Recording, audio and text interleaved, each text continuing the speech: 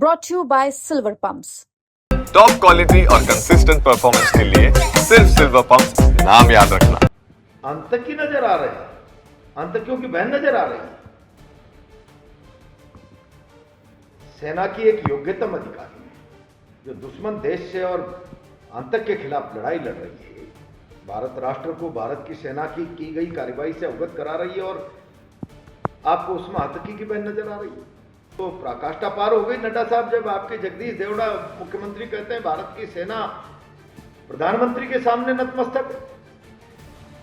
गर्व करना चाहिए भारत की सेना के उस अनुशासन पर जिसने कभी पाकिस्तान जैसे देशों की तरह राजनीतिक नेतृत्व को चुनौती नहीं दी। आदरणीय प्रधानमंत्री जी और भारतीय जनता पार्टी के राष्ट्रीय अध्यक्ष आदरणीय नड्डा जी, क्या यही आपकी पार्टी का असली चेहरा है जो आजकल बयान वीरों का देश के सामने आ रहा है? पहलगांव के बाद भारत की सेना ने अद्भुत पराक्रम का परिचय दिया, सारा देश गर्व महसूस करता है और सेना के अधिकृत प्रवक्ता के रूप में साफिया कुरैशी को देश को इस जंग की जानकारी देने के लिए अधिकृत प्रवक्ता बनाया। आपकी पार्टी के मंत्री विजय शाह को उसमें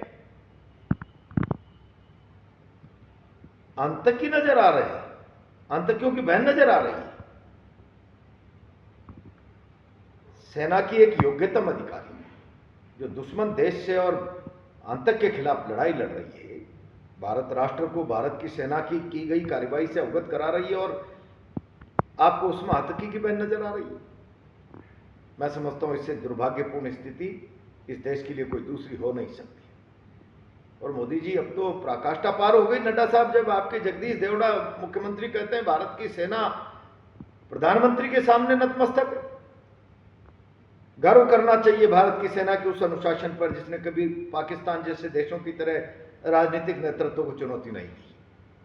ये उनके अनुशासन की पराकाष्ठा है और उस पर आप कहें कि नतमस्तक होकर एक प्रधानमंत्री के चरणों में।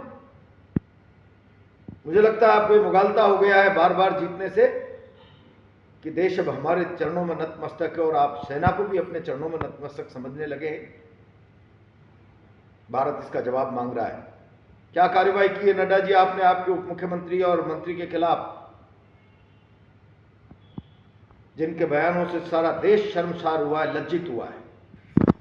एक योग्यतम सैन्य अधिकारी में आप आतंकी की बहन देखो, सेना के अनुशासन को आप प्रधानमंत्री के चरणों में समर्पण बताओ।